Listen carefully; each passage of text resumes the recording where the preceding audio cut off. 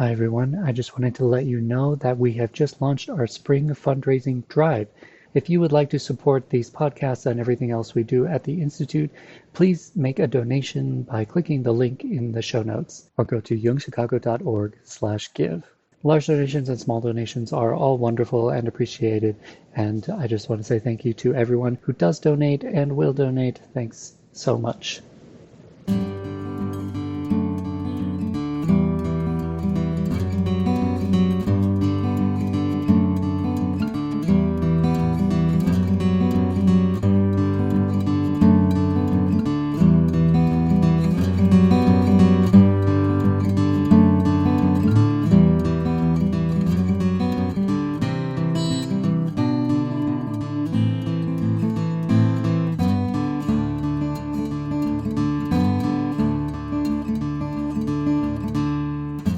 Welcome to Jung in the World from Jungian Anthology Radio, a project of the C.G. Jung Institute of Chicago. Today, Patricia Martin interviews Susan Schwartz. She's going to introduce her, so let's just jump right in. Susan Schwartz is a Jungian analyst educated in Zurich, Switzerland, and a licensed clinical psychologist in private practice in Paradise Valley, Arizona. Susan is the author of several books, but her most recent, Imposter Syndrome and the As-If Personality in Analytical Psychology, is what brings her here today to Jung in the World. Welcome, Susan. You know, as I was thinking about this today, it occurred to me that so many of these topics that are in the zeitgeist, they're in the collective, and they're taking Jungianism into another realm. You know, they're pushing it, Jungian theory, into places new and uncharted in many ways, and yet it all comes back to Jung. Do you find that being a Jungian analyst is kind of a more historical feel, or do you feel that it's constantly current for you? You know, I feel both, actually, because I've been an analyst for quite a while, but I also feel a responsibility to update Jungian psychology to people who might consider that it has been too elitist or too segmented away from the mainstream without losing its rigor. So not dumbing down anything, but keeping it with its excellence and applicability to people of the modern era. That's a great mission. I think that's partly why we interview people like you, is because we're trying to bring the ideas and theories of Carl Jung into contemporary living. And so you wrote this book, Imposter Syndrome and the As-If Personality in Analytical Psychology, the Fragility of the Self. And just a quick Google search pulled up so many references to imposter syndrome. It's it's in the air, it's in the water, it seems to be ubiquitous. Actually, as you were talking, I was thinking, well, imposter syndrome is the modern moniker for this type of person, but it actually became labeled in 1942 with Helena Deutsch, a Freudian psychoanalyst, who called it the as-if personality. The issue was that she said it's with women, which is not true. It's not only women. It's with anybody, anyone, no matter how they identify. And she said it was too superficial, really not able to be analyzed, and kind of, although she identified it, she rather put this personality type down. And you see it in the analytical literature a little bit throughout. And then in 2004, Hester Solomon, who was a British Jungian analyst, wrote an article on the as-if personality. When I read the article, I thought, oh my goodness, I see so many people who fit in this category. And I started presenting it at different conferences. And so many people identified with the as-if personality. So it's the two words, imposter syndrome and as-if personality, are quite the same. And they have a history of being ignored. And that's why I wrote about it, because I thought, why is this being ignored? It also felt to me, because it was identified with women, that it was shortchanging everybody by being stuck in a category of superficial and not able to use analytical process or material. And I felt it was really shortchanging all the people that I worked with who fit into this category. You know, it's interesting you say that, because I caught a phrase as I was doing this Google research, and it was just rudimentary research to prepare to have you on the show. And I came across a phrase called, that said, imposter syndrome is the hypochondria of the psyche. And I thought, wow, that is a very interesting analysis of something that not only seems ubiquitous now that we live in a digital culture and we are performing and we are producing the self. The self is a production. And so how do you respond to these sort of undercutting the syndrome? Because I think your book lays out pretty clearly what the stakes are for someone who feels it. The stakes are high. The hypochondria actually is we could change it and expand on that word and say maybe it is a signal that attention is needed. Attention is needed to the person, how they are hiding themselves, and how they can be revealed. Because we have depth of personality, even with the people who feel sadly fraudulent, flawed. All they need is that relationship, which will help them come forward. So they're not hypochondriacs. What they are actually doing is signaling, I could use some help. I am a person. I have depth. I have been afraid to show it. There was no place. The analytical process helps them find the place to show who they totally are. So do you take this as a sense of inadequacy, or do you take it as a spectrum of feelings that someone has about themselves? I think it's both, but I think most of the people that I've worked with and my knowledge about this is that they're actually people who feel too inadequate and therefore they have to hide. What they are really hiding is the depths of their talents and their abilities, and they're hiding from themselves any good self-esteem. The fragility of the self in the title is a reference as well to the larger self of who we are, as well as the smaller self of who we are. And if we are too fragile, we're not going to be able to access all of ourselves, our talents, our abilities, our solidity, and we just need a forum or a place to learn how to do it. So is this a chicken and egg thing in your estimation? Are we fragile first and then we develop these feelings of the as-if personality?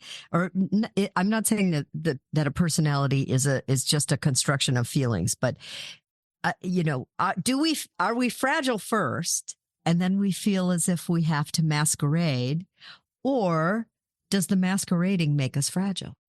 Let's say both happen, because we develop early in life, and early in life, these people usually were not correctly met by their caregivers.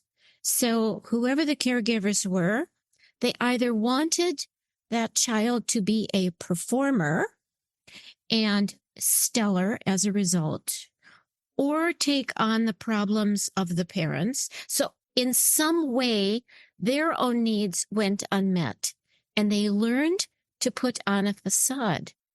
And then the school and the friends and themselves kept the facade in place, you could say. And then it became really closely attached to their essence. However, everyone that I have ever dealt with has said, I've always known I was a fraud. The people that say that are high achievers. They have done well. They outwardly look good. Inwardly, they are sad. And inwardly, they feel badly. And inwardly, they're not very happy individuals. And it's that inner space that is fragile. Once it gets a place to put itself and be appreciated, the fragility becomes changed. Psychic energy changes into strength. I'm not saying it's an easy process, but the fragile becomes stronger. Why I wrote this was not to say this is the next problem on our planet, but much more, it is a serious issue that people can develop from into more of themselves. Seriously.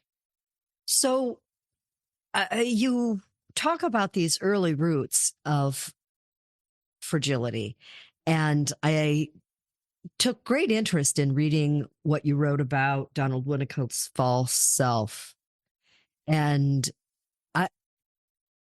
my understanding of the false self in Winnicott's terms is that really it's based on an abundance of neglect. The child is, the environment is not reinforcing, or the child isn't seen. It's a different kind of abuse. It's neglect of who the child is. And so that develops into a sense of inadequacy that and now I'm extrapolating, and I'm trying to build a bridge between your work and Winnicott's to say that inadequacy then in an adult person becomes kind of a downbeat of chronic self-doubt. There's a great deal of self-doubt involved in the as-if personality and imposter syndrome. Am I hitting the right notes here? I think you're hitting the right notes. What I found in my reading was that Hester Solomon had made a differentiation in the false self. So the false self, the way that Winnicott describes it, from what I know, is that there's a true self hiding in the inside of this cover of the false self. Hester Solomon, I actually think, takes it rather deeper. She talks about the void of a personality. I spoke about that as well. Absence, void, like a space that is actually has not been accessible at all. It's not a false self hiding a true self. It is the self that has been really quite buried from the neglect, the emotional neglect. Sometimes it's physical neglect. It can be an intellectual neglect. It's a personality neglect. And the other tricky thing in this is that quite usually the family structure looks good to the outside world. See, once again, we've got the split between what is the outside and what is the inside. So the family looks fine, and the child knows it is off. I am not getting the love I need, and they can't say it. And so the personality builds over what they could not say, and it goes rather into a place called void or abyss, like a black hole. And that's the place that one wants to get to in the analysis so that all the energy in that can be freed. That seems to me to be a situation where one must be presented with symptoms to be able to say, I think I need help with this, because I certainly would wonder how one suspects a void in themselves. How does it show up? You're in private practice. And so I'm curious to know, when people turn to you, what symptoms might they be presenting? You know what's amazing? They say it. They say, yes, I just said it. They say, I'm a fraud. And I say, I do not put it down. I say, how do you know? I know that people have believed that I was something that I am not. And I say, I am glad that you said this, because you and I are going to watch out for where you are being fraudulent here. And we are going to catch it. And we are going to honor why, in fact, you felt you need to be fraudulent. And I actually go back to it quite a bit. I'm kind of active as an analyst, actually. And I will say, are you being real? So in our discussion right now, is this the real you? Because I want to know the real you. I want you and me to know the real you. How many people really ever say that? Be real. Be the real you. Once you hear that, you start to take steps to show who you are. It comes through dreams. It comes through the feeling in the analysis. It comes through feeling received. And that helps fill in the very early neglect. It doesn't take it away, but it gives a foundation. And from that foundation, the person begins to grow, as I've said. But people are amazingly honest if we only listen. And I listen carefully, because there are certain people, I get a feeling, and I will say, do you really feel all right about yourself? Are you sure you're okay? How do you know? So it's in a way of feeling space that I don't just look for it, but I recognize it when it's there. Well, that's a deep question in and of itself. When you ask someone how they feel or how they feel about themselves, and then you follow that up with, how do you know? Because that would probably certainly reveal the presence of a void.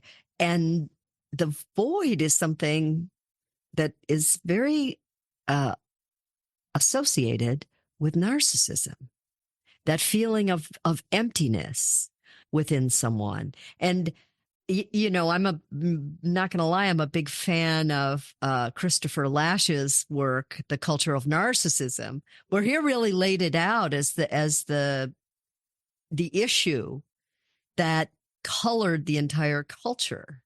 And you have about 15 references to narcissism in your book. And then I think there is a chapter on echo and narcissism. What's the relationship here between imposter syndrome and narcissism?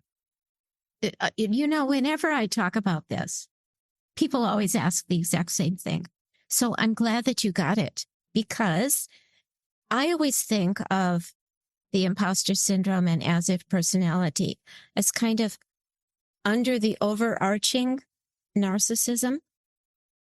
And there are aspects of narcissism within it, and aspects of imposter syndrome and as if personality in narcissism.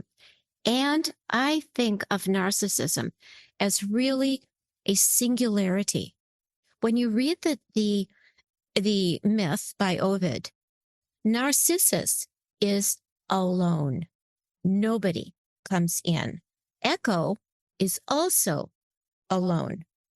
Both of them lose their bodies. I talk about bodies a lot, because if you're narcissistic, you look like you're going to be taking care of your body, just like the imposter and as if personality. You don't take care of it. You're probably counting calories, counting the amount of hours that you exercise, trying to look a certain way for looking perfect and good. Nobody can touch you, and nobody knows what's going on and how you're in your head, counting the calories and the food straight in front of you. And narcissism is so walled off and so impenetrable in many ways. To me, it's just like a place that's asking to be penetrated because it's lonely. It's lonely. So there's something else about this imposter syndrome then, based on what you've just said, that imposter syndrome is isolating. Oh, very much. You know, this is one of the other questions I often ask. Are you lonely? Because it feels like keeping so much inside of the real you would be a lonely place to be. And it's not only lonely, it's very sad. You know that word melancholia? It's quiet and alone. It's also a word that represents a certain darkness and close to like a depression, which I actually think is also, like everything Jungian, paradoxical. And it has another side that if you really go into the depth of the feeling, it releases and moves up and moves out the pain. So, in other words, part of this isolation is an inner walling off of the energy that you might access otherwise if you had a fuller idea of yourself. Exactly. That's why I said the fragility of the self. So it's so walled off and shaky, tender, worried that it can't be accessed. And yet, because it is so powerful, it needs to be accessed. There's another paradox, though, in that you talk a lot about the imposter syndrome is also very self-protective. It's very defended. And yet, you think you're protecting yourself from something. But the truth is, you're only making your problem worse. You are, and that will cause depression, melancholia, anxiety, unease, low self-esteem, poor confidence, even though many of these people achieve amazing things, amazing. And yet inside, walled off and feeling very vulnerable. And of course, the other thing that happens is that any achievement is never really good enough. So then you have to have the next one and the next and the next, which is okay, but there's no enjoyment. So the joy is lacking. Joy in life, joy in being oneself. Because these are layers and layers of falseness. Yes. And it also seems to me that there has to come a time when the persona gets tired of playing dress up and, being the dog in the cartoon, that famous cartoon in the New Yorker, no one knows you're a dog on the internet. Where, so there must come a time when you hit a crossroads with this. And I just want to point out, specific to that, you have a beautiful quote from James Baldwin. I'm going to read this quote because it is kind of a moment of crossroads. Baldwin says, this collision between one's image of oneself and what one actually is always very painful. And there are two things you can do about it. You can meet the collision head on and try and become what you really are, or you can retreat and try to remain what you thought you were, which is a fantasy in which you will surely perish. Those are high stakes. So when is there any way for you to typify for us, Susan, when people hit a crossroads with the as if personality and just can't go on with the imposter syndrome any longer? What does it look like? Well, actually, it looks like a crash. And what happens is either there is a split in a relationship, there is a split. It's outer is what really tips the balance inward. So a relationship might break apart, a job, a desire for a certain accomplishment that fails, something fails. And it is so connected to the ego. The ego just goes, forget it, falls down. The persona can no longer keep up. You know, persona can be true if it's really connected to the interior self, and the false persona falls away, can't be maintained anymore. People perhaps have addictions and they've gone too far. You know, you can be an addict for so long and then it tips straight over. So there is a crash. But you know, if you think about it, we never really move or change until something forces us to. And that something is us. And so something inside says, enough of this pattern. I've had it. And so therefore, it is going to crash. And the crash brings attention. And it is the attention to the psyche that has been needed all along.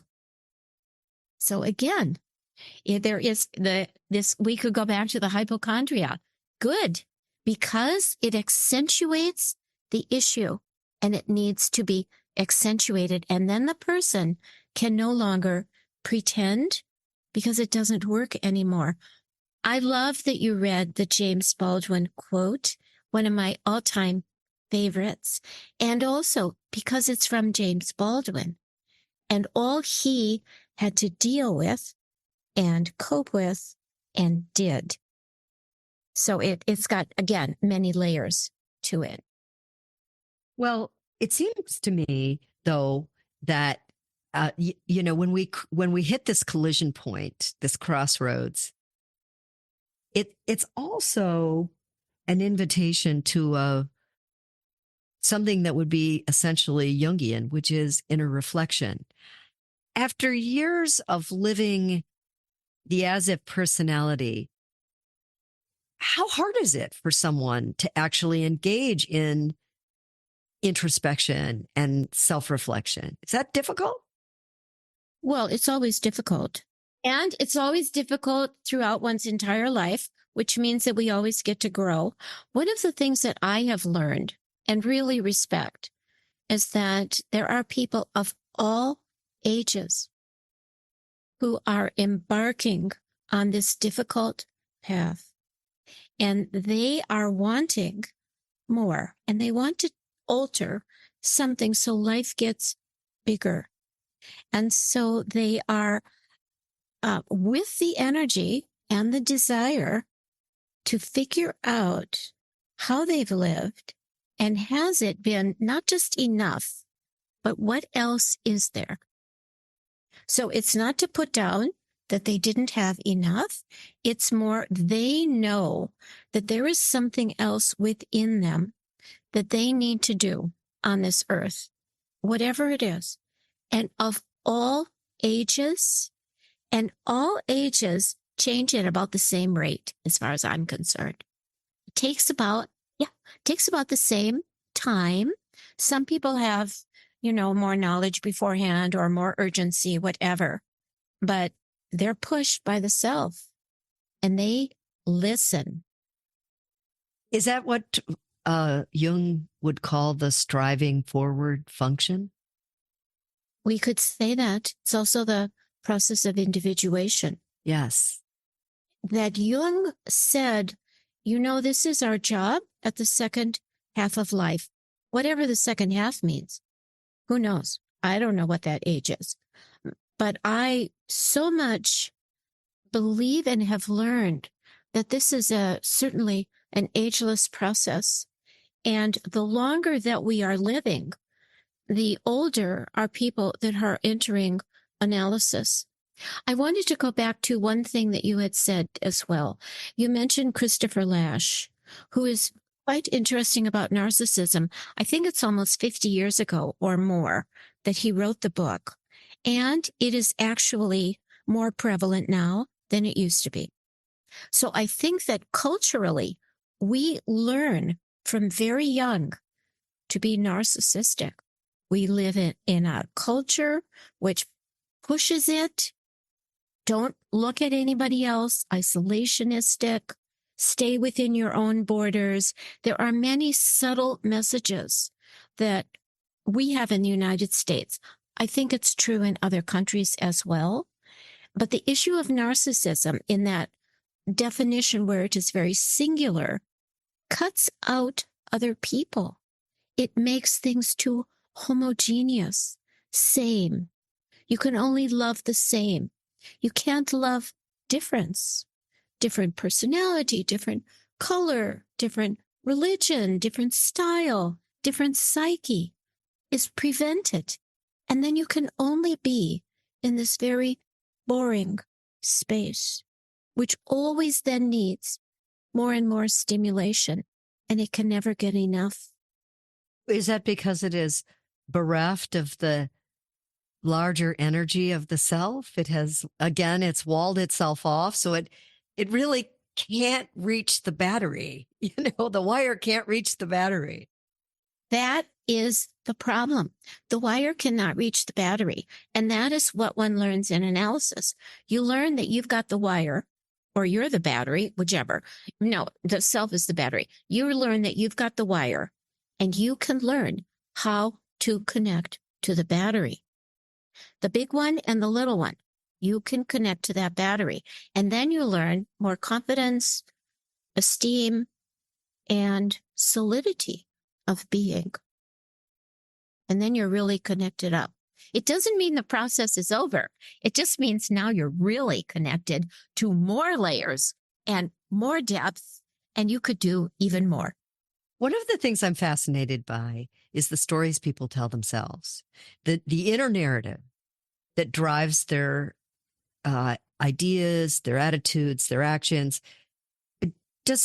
Is there an inner dialogue that you're aware of that is common with people who have imposter syndrome? And then as an analyst, how do you get them to talk to themselves differently from within? Oh, good point. Well, actually, the wording is a little different per person, but it's usually based on the absolute belief I'm flawed. I'm not good. It's rock solid. It learned so early, these misattunements that are kind of tiny, build, and it becomes I know I'm flawed. I know I'm flawed. People say this with a straight face, totally accomplished, educated, not educated, athletic, whatever the deal is, they know that they are not good enough. And what they actually have missed is any kind of positive self. That part of the battery is for sure not connected. Anything positive. And I do suggest wording, but I also suggest that they find some mechanisms, some words that feel right for them in the process of being able to appreciate their whole personality. First of all, your work is very deep. And I think Jungians in general could be classified as deep thinkers. So I'm not suggesting some sort of happy talk to woo ourselves out of a bad mood. No, this is really how to construct a new story for yourself so that you're not in the round and round. I mean, as I read your book, there was also a great deal of rumination going on for some of the people in the case studies you were sharing. And I think this goes back to self-doubt, does it? Absolutely. However, the way out is through rumination. So rumination can bring us into a hole, but it also can take us through the hole. You have to really reflect a great deal about what has been going on.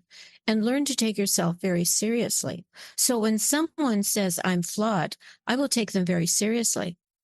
Oh, okay, but what does that mean? What is really going on? How do the dreams show that? Usually they don't. So is that to say that when people have imposter syndrome, they don't really take themselves seriously? Oh, no. Seriously, they know they're flawed. But do they take themselves seriously? No, not at all. That's why you have to cover up. And I would also add in relation to that, our current social media, which can be a true reflection of oneself, just like the persona can. But oftentimes it is used to cover because the self doesn't feel good, or to cover because something is off. So you put up, all of the photoshopped pictures, and you're not really revealing who you are. And it promotes that kind of awful narcissism where I have to put up a false front and distance from everybody, even though I want everyone to see me. I want them to see me so I get applauded. I don't want them close, even though I need them close. It's a double thing. I need close. I don't know how to be intimate with self or other. So you mentioned this larger problem of social media, the digital culture. And, I follow Digerati who talk about these issues, sort of like, what is the internet doing to us? And I've come out of that looking at the hard fact that the 21st century it is living in a hybrid reality. There is a virtual reality and there is actual life. And we can never really know the difference between what is fake and real in the virtual realm anymore. Could it be that imposter syndrome is just an inescapable pitfall of life in our times? I mean, aren't we all on some level phonies because we exist in this world? Well, in that, we, I think, are charged to find our reality, our real reality, not our illusionary reality, and to insist on it. Because you see, there's another piece. As you were talking, I was thinking that people who are used to and grew up in social media don't see a problem. There is no problem with contacting AI to write your papers. There is no problem, you see, with any of this. The issue of being real is going to look very different. And so I think that the more that we are real, we help promote reality in people who are quite a bit younger. I think that's part of our responsibility, because the world is that interesting term, hybrid. Can you be real on a screen? Can you be real on social media? And can you be real in person? And can you use any of these to reflect the truth of your being? Truth of your being. It's a very hard thing to do. It is really not easy. It struck me as I was listening to you that this is really a call to bravery. Oh, absolutely. For sure. The being oneself is a call to bravery, because we are raw, because we don't do things perfectly, and because we're not supposed to.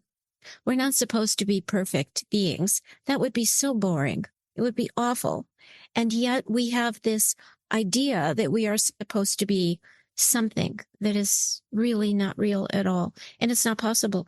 So people who know that, I think, have a responsibility to pass that knowledge on, so that people who are, it's not just age, it's anybody, not being true to themselves, not being interior, and bringing that joy and the wealth of one's personality out to the world in an honest way.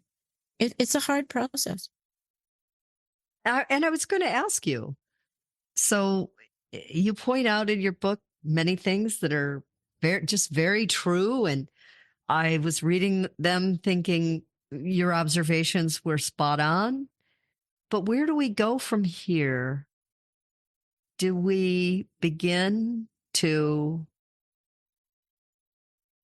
what do we do? What's the one thing? Maybe let me ask this a different way, Susan, because I realize I'm getting very conceptual here. What, if there was one thing you wanted people to take away from reading this book, what would it be? What was the book's mission?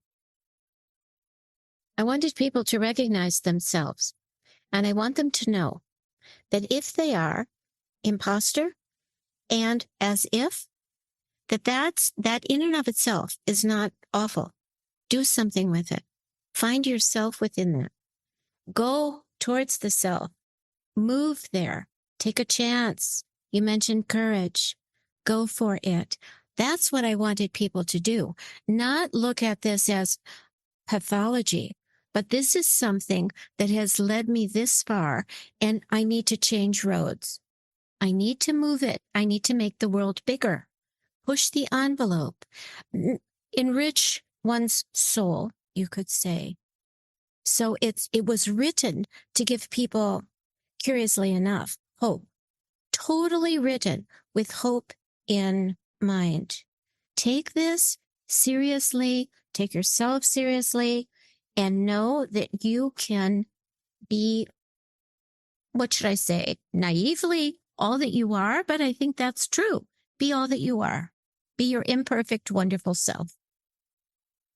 Thank you, Susan. This was a very inspiring conversation. Thank you very much. I feel the same way.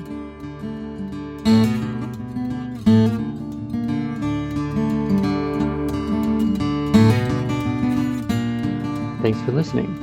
If you'd like more information about training programs, live and self-study courses, archives, this podcast, our blog, or to find Jungian analysts near you, visit our website, jungchicago.org. Thank you to our 2023 donors who gave at the contributor level or above: Barbara Anand, Uni Alka, April Barrett, Arlo Compan, Judith Cooper, Lorna Crowell, David Dalrymple, Kevin Davis, Dr. Peter DeMuth, Mary Doherty, Christine Foskett, Britta W. Jacobson, Mary Ann Johnson, Mary W. Liebman, Mona Manning, Patricia Martin, Boris Matthews, Henning McKee, Sue Rosenthal, David O. Stats, Lawrence C. Tingley, Don Troyer, Robert Ulrich, Alexander Wayne and Lynn Cobb, Gerald Weiner, William Wolfe, and Ellen Young. You can support this podcast by making a donation at our website, jungchicago.org.